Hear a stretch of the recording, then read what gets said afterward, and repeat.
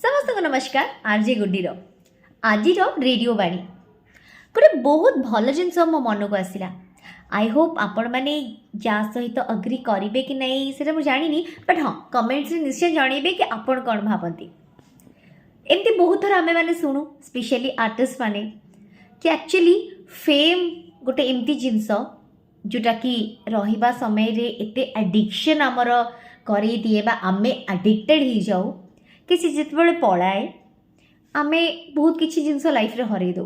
और fame name पलैगला बहुत सारा आर्टिस्ट मानकर कौन खबर हुए कौन कथा हुए बहुत थर आमे मैंने शुणीचे। मत लगला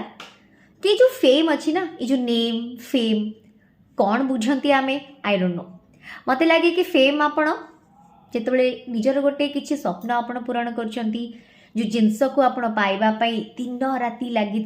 मिलगला लोक मैंने जिते आपको अप्रिशिएट करती सेटा तो निश्चित भाव में फेम बापन जहाँ भी भावती कि फेम रो माने कौन बट टॉपिक से नुहे। टॉपिक यह हूँ कि एक्चुअली फेम को केमती रखा कथा मु गोटे पॉइंट कहबी मत जहाँ मन को आसला फेम को ना फ्रेम करदवा कथा ठीक कहली बढ़िया रिदमिक है ना। फेम को एथि फ्रेम करवा कथा जदि सीए आम पाखर एमती दौड़ी दौड़ी पलैब ताहले आमे तो कौ काम रही क्या आम एडिक्टेड हो जाइए से नेम आउ फेम रदि से फेम आम मुंड को चढ़ीज